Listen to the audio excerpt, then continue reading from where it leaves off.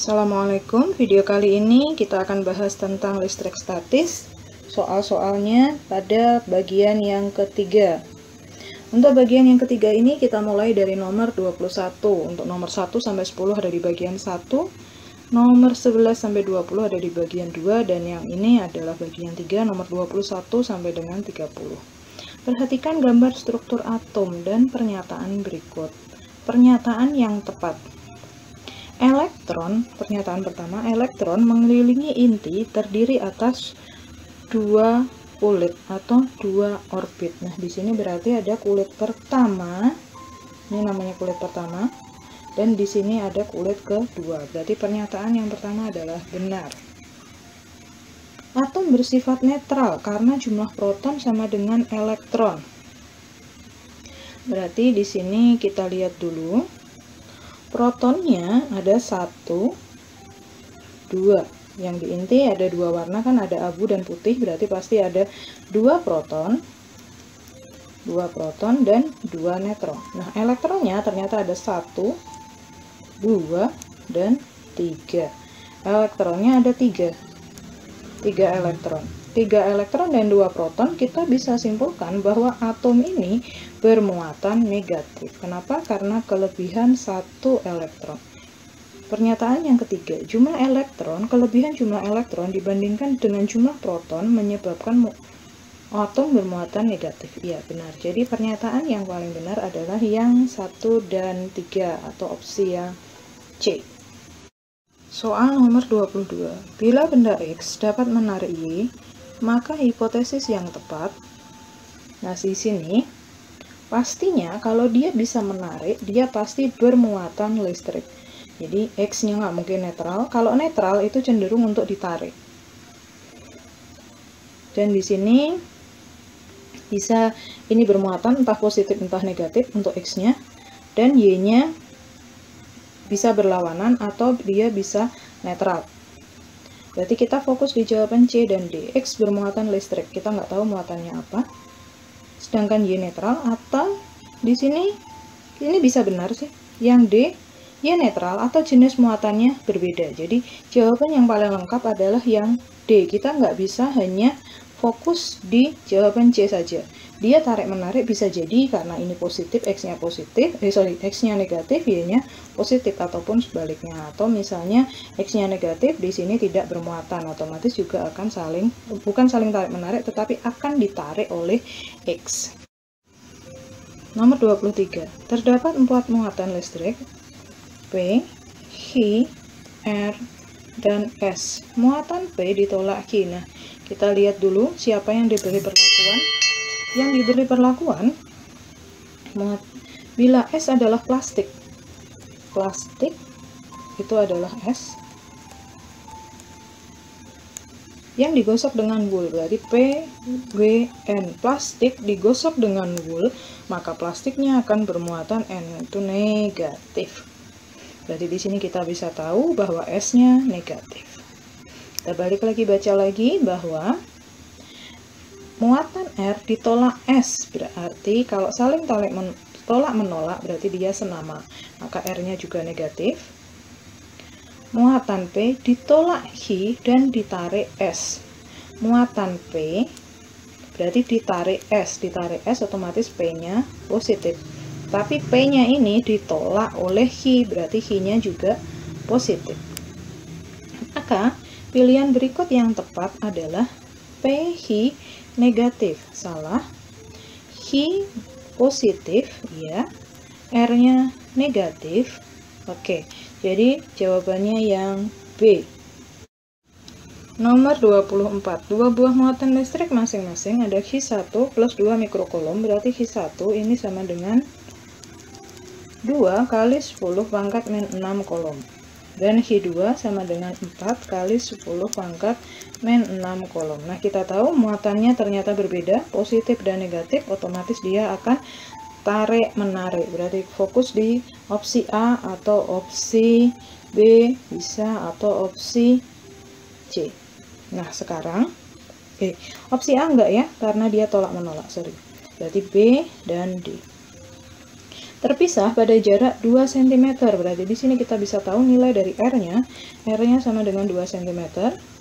Karena konstantanya adalah 9 kali 10 pangkat 9 Newton meter kuadrat per kolom kuadrat, maka kita harus ubah R-nya menjadi ke meter. Kita bagi dengan 100, berarti 2 kali 10 pangkat min 2 meter. Kita masukkan rumusnya, F sama dengan K H1 H2 per R kuadrat. K-nya 9 kali 10 pangkat 9, H1-nya adalah 2 kali 10 pangkat min 6, dan H2-nya adalah 4 kali 10 pangkat min 6. Kita bagi dengan R-nya adalah 2 kali 10 pangkat min 2, hati-hati kuadrat. Bilangan pokoknya kita dekatkan biar lebih enak. 9 kali 2 kali 4 kali 9 kali 10 pangkat 9 kali 10 pangkat min 12 ya. Min 6 dengan min 6 min 12 per 4 kali 10 pangkat min 4. 2 kuadrat adalah 4 dan min 10 pangkat min 2 kuadrat adalah 10 pangkat min 4. Di sini sama-sama 4, boleh kita hapus. 10 pangkat min 4-nya bisa naik ke atas. Jadi 18, 9 kali 2 kali 10 pangkat 9 kali 10 pangkat min 12 kali 10 pangkat 4. Nah, di sini 9 tambah 4 adalah 13, 13 dikurangi 12 hasilnya adalah 1. Jadi 18 kali 10 pangkat 1 atau sama dengan 180 Newton. 180 Newton gaya tarik. Berarti opsi yang D. 25.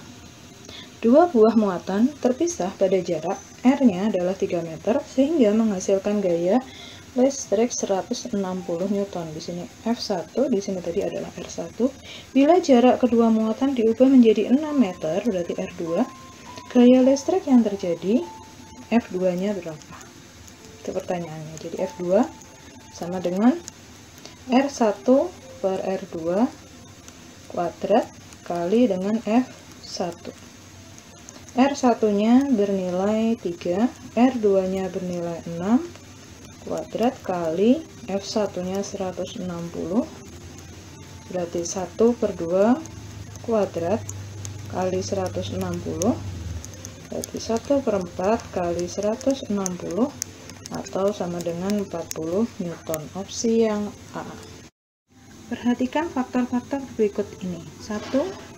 Jarak titik pada muatan. 2. Besar muatan listrik. 3. Bahan dielektrik. Faktor yang mempengaruhi medan listrik yaitu berarti 1 dan 2. Berarti opsi yang B. Nomor 27, Rudi meletakkan benda P dan Q pada bola netral ringan yang digantung dengan tali. Nah, di sini dia itu netral, bolanya netral. Ini bolanya netral, dan di sini tiba-tiba bisa tertarik. Reaksi bola saat didekatkan pada kedua benda. Nah, di sini karena bolanya netral, ternyata dia bisa ditarik oleh P. Kita bisa simpulkan bahwa P ini pasti bermuatan listrik. Kita nggak tahu tapi dia positif atau negatif. Nah, berarti opsinya adalah yang D. Untuk menguatkan kita lihat yang Q. Q netral. Karena sama-sama netral, maka dia tidak ada interaksi apapun. Jadi jawabannya yang D. 28. Perhatikan arah garis medan listrik. Garis medan listrik yang tepat. Nah, kalau medannya itu positif, maka dia akan keluar. Arahnya itu keluar. Kalau dia medannya negatif, maka arah panahnya akan masuk. Dan apa yang terjadi pada yang ketiga? Positif keluar menuju ke negatif yang masuk. Berarti ketiga gambar ini adalah tepat. Jawaban yang benar berarti A.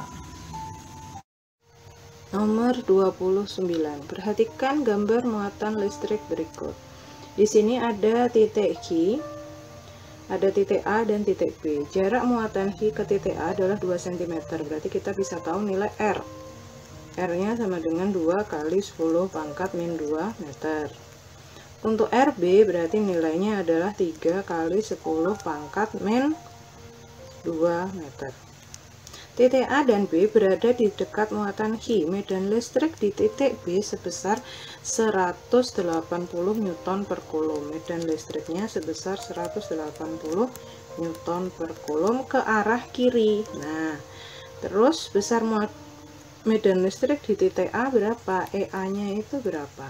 Ingat, kalau dia ke arah kiri berarti cenderung menuju ke titik Hi, otomatis kita bisa tahu Hi-nya itu bermuatan negatif. Jadi kalau negatif kan cenderung menuju seperti ini. Kebalikannya kalau positif berarti dia akan menjauh.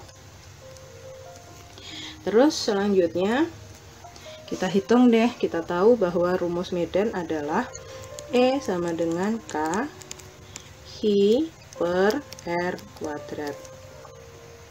Kita masukkan di sini nilai E-nya adalah 180.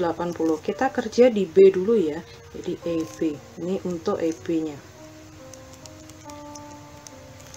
180 sama dengan K Hi per R-nya adalah 3 kali 10 pangkat min 2 meter kuadrat. Nah, sekarang kita hitung dulu.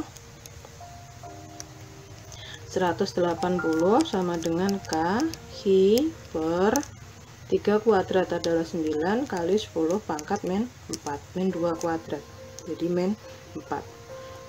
Jadi nilai dari K Hi kita bisa tahu adalah 180 kali 9 kali 10 pangkat min 4. Nah, ini biarkan seperti ini. Sekarang kita hitung untuk E pada titik A. Berarti masih K Hi per R kuadrat. Nah, di sini kita masukkan K Hi-nya, nilainya sama kan dengan di sini tadi. 180 kali 9 kali 10 pangkat min 4 per R-nya, hati-hati, R-nya kita pakai yang ini. 2 kali 10 pangkat min 2 kuadrat.